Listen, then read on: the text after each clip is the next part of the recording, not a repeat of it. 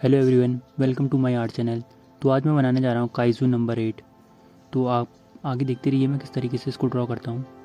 और चैनल पे आप नए हो तो चैनल को सब्सक्राइब भी करना। तो चलिए शुरू करते हैं। और ये ड्राइंग ड्रॉ करने के लिए मैंने ग्रिड मेथड का यूज़ करा है, जिसके मैंने हॉरिजेंटली और वर्टिकली 2-2 सेंटीमीटर के गैप में लाइन ड्रॉ करी है।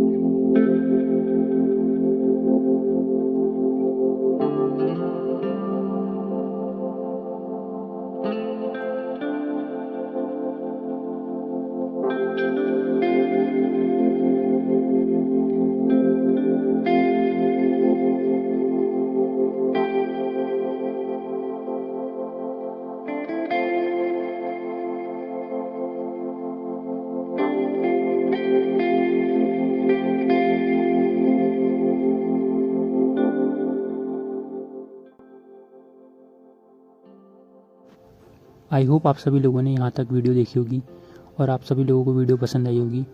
और अगर आप सभी लोगों को वीडियो पसंद आई हो तो लाइक करना, कमेंट करना, शेयर करना और सब्सक्राइब करना मेरे चैनल को। And thanks for watching. मिलते हैं आपसे नेक्स्ट वीडियो में।